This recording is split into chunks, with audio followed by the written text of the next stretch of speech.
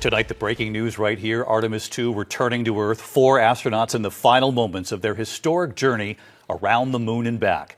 And now the 13 crucial minutes set to play out just moments from now, because at this very moment, the crew of Artemis II is in the final stages of this historic and truly inspiring journey from the Earth around the moon and back, the first human mission to the moon in more than 50 years. Take a live look at this hour. The crew will be traveling at roughly 24,000 miles per hour when they re-enter the Earth's atmosphere.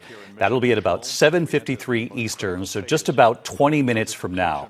Now, NASA is planning splashdown at about 8:07 Eastern Time, right off the coast of Southern California near San Diego. We'll be listening to communications between Mission Control and the crew throughout the night here. Just moments from now, the 4 astronauts in the Orion capsule will detach from the service module, as it's called, which has provided propulsion and power, and then soon after, inside their own capsule, they will soon re-enter the Earth's atmosphere. Now, this mission, one for the history books already, liftoff, captivating people all over the world, right here in the U.S., of course. That rocket, taller than the Statue of Liberty from the top to the bottom, weighing nearly 6 million pounds when it blasted off from the Kennedy Space Center. This was just 10 days ago. The crew sending back spectacular images during their voyage around the far side of the moon, viewing parts of the lunar surface never before seen by human eyes. The Earth visible in the distance just below the moon's horizon there. The astronauts' emotional group hug, one of the many displays of their close bond and teamwork. And right now, it'll be up to NASA to complete the final hurdle to get them home back to their families. My family right here, our team here in Southern California, and right here in the studio with me to witness this final leg of this historic journey with all of you at home watching tonight. And so many of us have said this is something that has been such a wonderful break from everything else we've been watching on the news and taking in these historic images coming in from space. And as you can see there on the clock, 19 minutes to go. That is until re-entry. This is the separation you're looking right now. Let's listen. Service module separation, and a great view, albeit momentarily. Houston, good step on board. Houston copies and concurs. The European service module now separated from integrity. A job well done. Job well done. We like hearing those words. The separation of the module from the capsule still carrying the astronauts.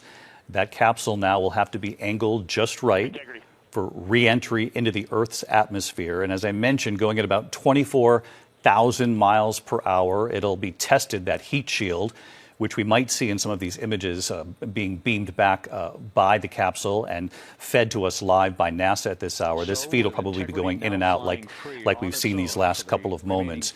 It'll face a real test. This is Mission Control, of course. The real test comes at about 7:53. That's the re-entry into the atmosphere facing blistering heat. Temperatures nearing 5,000 degrees Fahrenheit. We're talking about temperatures that we don't talk about unless we're talking about the surface of the sun. That's what that capsule will face. The heat shield will, of course, protect the astronauts. But I loved hearing job well done, the first part of this crucial phase, which they said would happen at about 7:33. And NASA keeps a tight clock going, right? Susan Kilrain with us here, former NASA astronaut, youngest person, one of only 3 women to pilot the space shuttle. Susan, you've been great for this entire 10-day journey, giving us sort of a window into this. You know, I've been listening to so many former astronauts, retired astronauts who have said, you know, the real nerves, the real anxiety is back here on Earth for the rest of us. That the astronauts doing the work up there, they're just trying to get home. Artemis is in danger, and for 4 minutes, no one on Earth will be able to help. This isn't speculation. It isn't fear-mongering. It's physics. When Orion comes home, it won't return gently. It will hit the atmosphere like a bullet hitting water, except the water is air, and the speed is so extreme that the laws we're used to stop applying. At nearly 40,000 kilometers per hour, Orion will be moving faster than any human being has ever traveled. At that speed, the atmosphere isn't something you pass through. It's something you collide with. The air in front of the spacecraft won't flow around it. It won't part like wind around an airplane wing. It will compress violently, stacking molecules on top of each other faster than they can move aside. That compression generates heat, not ordinary heat, but something far more extreme. The temperature rises so fast, so violently, that the gas itself begins to break apart. Electrons are ripped away from atoms, the air ionizes, and suddenly, Orion is no longer flying through the atmosphere. It is wrapped in plasma. From the ground, it will look like a streak of fire tearing across the sky, a bright, white-hot line moving faster than the eye can track. It will look almost beautiful. Inside the capsule, it will feel nothing like that. The windows will begin to glow, not flicker, not shimmer, glow. Steady, intense, blinding. The outside world disappears into white light. There is no horizon, no sky, no earth, just brightness. Then comes the pressure. The G-forces begin to rise. At first it feels manageable, a weight pressing into the chest, into the shoulders, but it builds. Second by second, it builds. Every breath becomes harder, every movement slower.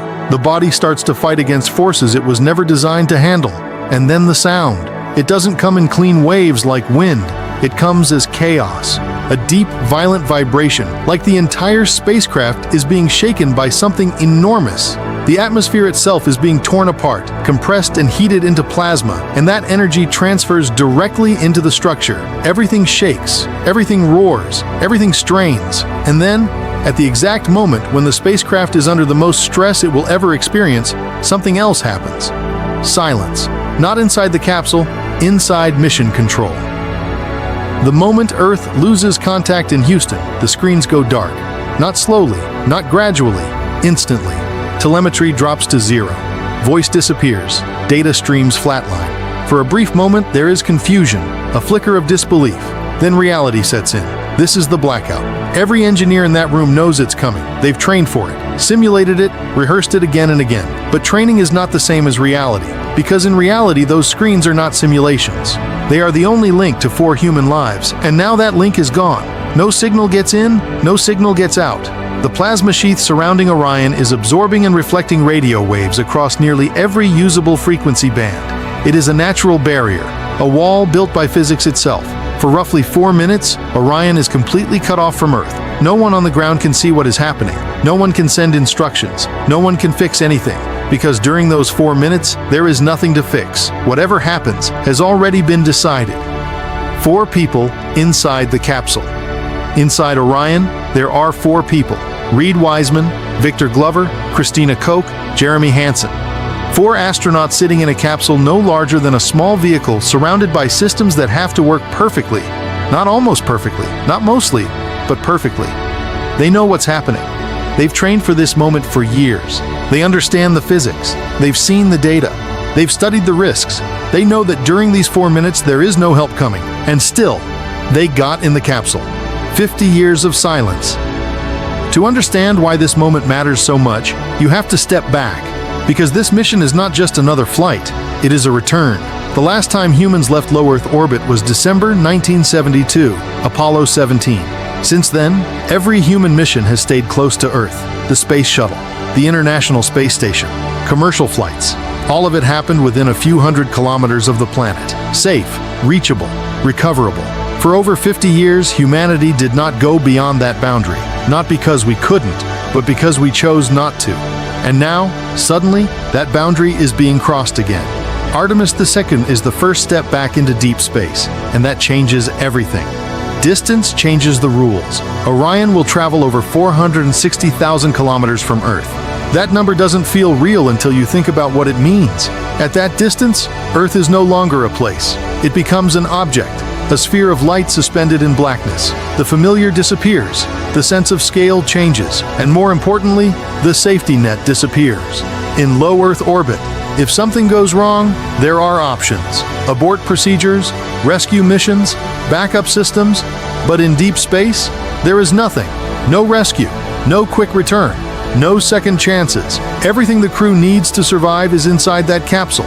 And if something critical fails, there is no one coming to save them. There is only one thing protecting the crew from that environment: the heat shield, a few centimeters of material separating 4 human beings from temperatures that can melt metal in seconds. That material is called AVCOAT, and it does something that sounds counterintuitive. It burns. As Orion slams into the atmosphere, the outer layer of the heat shield begins to char. That charring process absorbs enormous amounts of thermal energy. Then, as the heat continues to build, that charred material erodes away into the airstream, carrying the absorbed heat with it. The shield is meant to die so the structure underneath can survive. Without that process, Orion would not last long enough for the crew to even register what was happening. For Orion, engineers chose a different approach. Instead of filling hundreds of thousands of small cells, they created around 186 large AVCoat blocks. But it introduced something new: interfaces, seams, boundaries between blocks, and in extreme environments, boundaries matter. In November 2022, Orion flew for the first time. Artemis I uncrewed. It was, by almost every metric, a success, until engineers opened the capsule and looked at the heat shield. They found damage. Over 100 locations across the shield showed unexpected material loss. Artemis didn't return to Earth in the same way Apollo did. It used something new, something called skip re-entry. Instead of diving straight into the atmosphere, Orion dipped into the upper layers, used drag to slow down, then used aerodynamic lift to climb back out briefly before descending again, like a stone skipping across water. The advantage was precision. By extending the descent path, engineers could control where the spacecraft landed with much greater accuracy. It was supposed to be an upgrade, a modern improvement over Apollo. But inside the heat shield, it triggered something unexpected, something dangerous. As AVCoat ablates, it undergoes a process called pyrolysis. It breaks down under heat, releasing gases. Under normal conditions, those gases escape through the porous char layer on the surface. It's a self-regulating system. Heat comes in, gas forms, gas escapes, material erodes, everything balances. But during skip re-entry, that balance was disrupted. When Orion climbed back out of the atmosphere, heating dropped sharply, the outer char layer cooled, and when it cooled, it became denser, less porous, less permeable. Meanwhile, the material underneath was still hot, still producing gas, but now that gas had nowhere to go. It became trapped. Pressure built inside the blocks, quietly, invisibly, until Orion plunged back into the atmosphere for its second descent, and then, suddenly, violently, that pressure released. The moment the shield turned on itself. When the capsule re-entered again, those trapped gas pockets ruptured. They didn't leak, they didn't slowly escape. They exploded outward, blowing chunks of charred material off the surface. Not smooth erosion, not controlled ablation, but violent, unpredictable material loss. The shield didn't fail, but it didn't behave the way it was supposed to. At this point, NASA had a choice: replace the heat shield or change the mission. So they chose the other option. They changed the trajectory. A different way home for Artemis II. Skip re-entry is gone. Orion will come in steep, direct, fast. It will hit the atmosphere harder, experience higher G-forces, endure more intense peak heating, but it will avoid the conditions that caused pressure buildup inside the shield. This change is not without cost. A steeper re-entry means higher structural loads, greater stress on the spacecraft, more intense forces on the crew, less flexibility in choosing a landing site. Everything becomes tighter. Testing the unknown NASA didn't make this decision blindly. They ran simulations, extensive ones. They recreated the new re-entry profile in high-temperature testing facilities. They pushed the heat shield materials beyond what Artemis I experienced. They modeled scenarios where more material was lost, more damage occurred, more stress was applied, and in those simulations the system held. The structure remained intact. The cabin stayed within safe limits. Even with all the testing, all the modeling, all the engineering, there is still risk. NASA's internal estimates place the overall mission risk somewhere between extremely low and uncomfortably high. And all of that risk, every variable, every uncertainty, every calculation, collapses into one moment.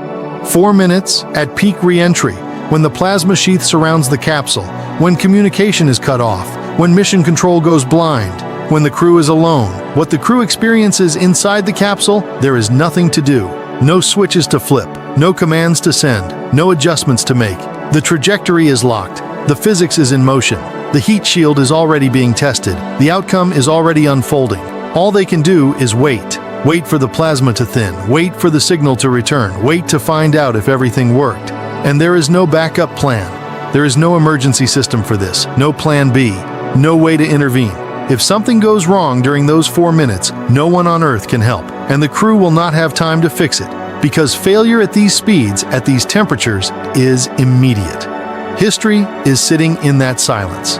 This is not the first time humanity has faced this moment. During Apollo 13, after an explosion crippled the spacecraft, no one knew if the heat shield had been damaged. When the crew re-entered the atmosphere, the expected blackout was 3 minutes. It lasted longer. 4 minutes, 5 minutes, 6. Mission Control sat in total silence, watching a clock, waiting, hoping, and when the signal finally came back, it meant survival. But there is another memory, Columbia. A small piece of foam struck the wing during launch. It didn't look like much, it didn't seem critical, but it damaged the thermal protection system. During re-entry, that damage became fatal. The spacecraft broke apart. The crew never knew. Mission Control didn't know. Until the data stopped, until the signal vanished, and never came back. Re-entry is not forgiving. That is what makes re-entry different. It does not give second chances. It does not allow corrections. It does not tolerate mistakes. Everything must be right. The angle, the speed, the structure, the shield. Re-entry is judgment.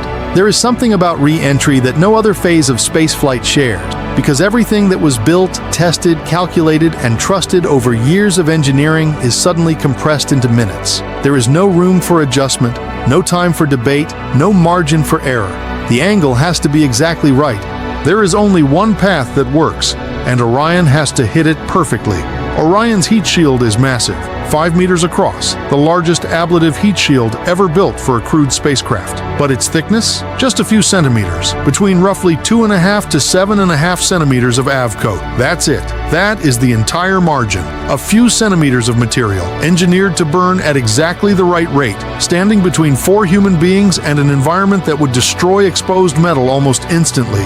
If the heat shield does its job, the most intense phase of re-entry passes. The plasma begins to thin, the temperature drops, the G-forces ease, and then suddenly something changes. The radio comes back, a signal, a voice, data. It doesn't come back all at once. It breaks through, fragmented, static-filled, but unmistakable. The connection is restored, and in that instant, everyone in Mission Control knows the answer. The shield held, but even then, it isn't over. Even after surviving peak heating, Orion is still moving fast, still falling, still descending through the atmosphere at hundreds of kilometers per hour. There is one more sequence that has to work. The parachutes. At around 7,600 meters above the ocean, 2 drogue parachutes deploy. Small, but critical. Their job is to stabilize the capsule, to orient it correctly, to begin slowing it down from nearly 480 kilometers per hour. 3 pilot chutes deploy. They pull out 3 massive main parachutes. And suddenly, the descent changes from violent to controlled, from unstoppable to manageable. The speed drops dramatically from hundreds of kilometers per hour to roughly 27.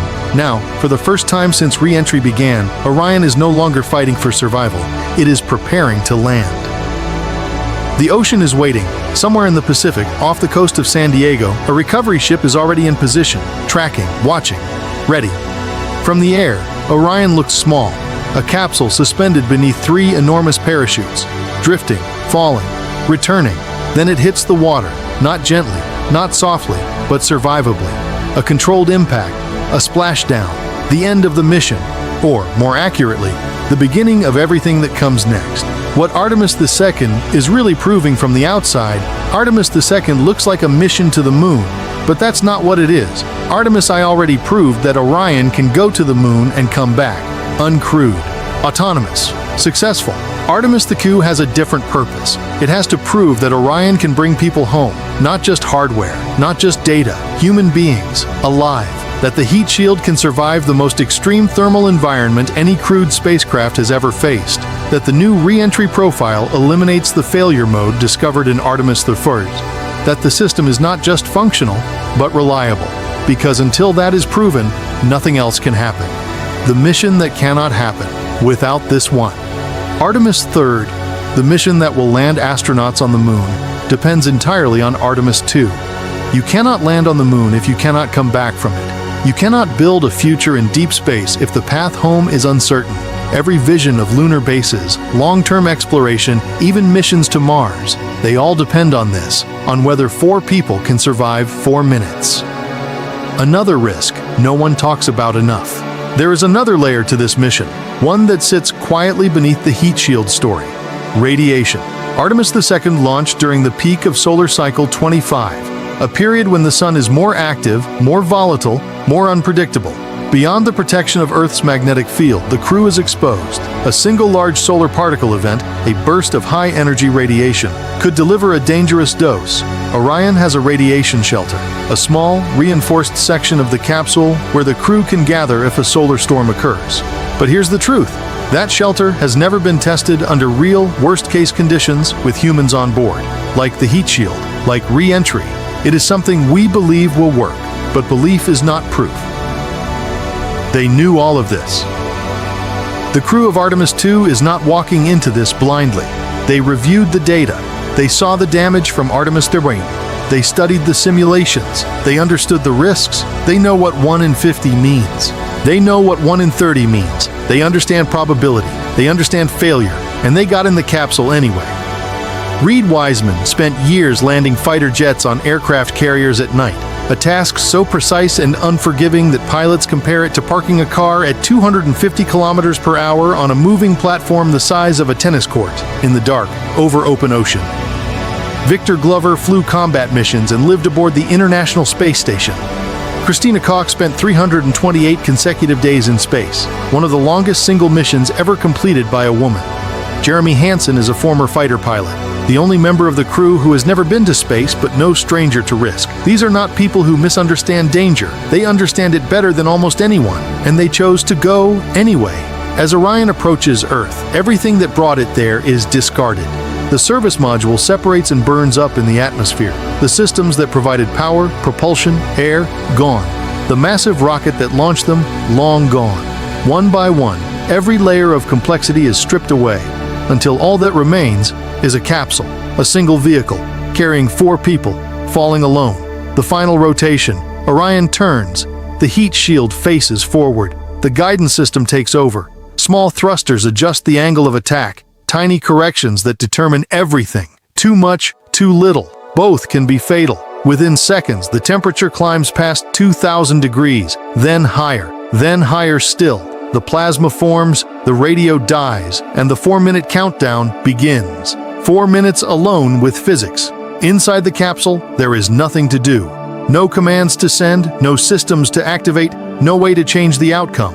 Only one thing remains: trust. Trust in the engineering, trust in the data, trust in the decisions made months and years before. Trust that the shield will burn the way it is supposed to burn, that it will erode at exactly the right rate, that it will protect what is behind it, because if it doesn't, nothing else matters. In Houston, the room is silent. No one speaks. No one moves. Every person is watching the same thing. A clock, counting seconds. They know when the blackout should end. They know when the signal should return. And when that moment comes, everything stops. Because in that instant, there are only 2 possibilities. The signal comes back, or it doesn't. 50 years later. More than 50 years ago, humanity stopped going to the moon. Not because it couldn't, but because it chose not to. Since then, we've stayed close to Earth, safe, contained, limited. Artemis II is the first step beyond that. Not a giant leap, not yet. A test, a proof, a question. The question that decides the future. Can we go back? Not just go, but return. Not just explore, but survive. Because everything that comes next depends on the answer. Every lunar landing, every base, every mission deeper into space, every step toward Mars, all of it depends on one thing. What happens during those 4 minutes? And then, the plasma thins. The signal breaks through, or it doesn't. And in that moment, humanity will know. Not from speculation, not from simulation, but from reality. Did the shield hold? Because if it did, the moon becomes a destination again. And if it didn't, everything stops. We'll know soon.